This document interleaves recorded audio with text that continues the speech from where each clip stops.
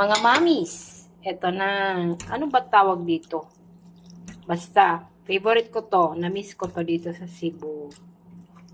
So, lalagyan natin ng suka. Naglagay na ako actually ng suka. So, lalagyan tayo naman ng asin.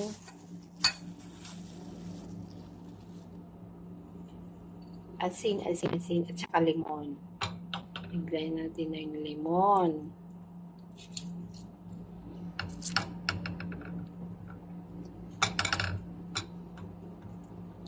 Naglagay na ako ng limonsito.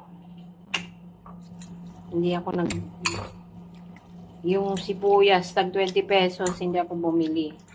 Saka yung kamatis. Nagluluto pa lang kami ng kanin. Meron pang sobrang kangkong. So, nakalagay lang ito sa ref. Sayang naman. Hindi pa naman ito panis. So, pwede pa to. Yung kanin, luto na ba?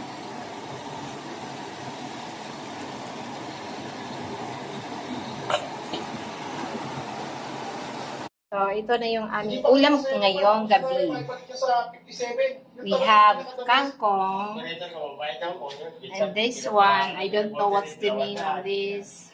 And then itong pritong isda. Simple. Hinihintay pa ang official na anunsyo ng Energy Department sa oil price rollback. Kaya man, ilang ulit nang sinabi ni Energy Secretary Sharon Garin na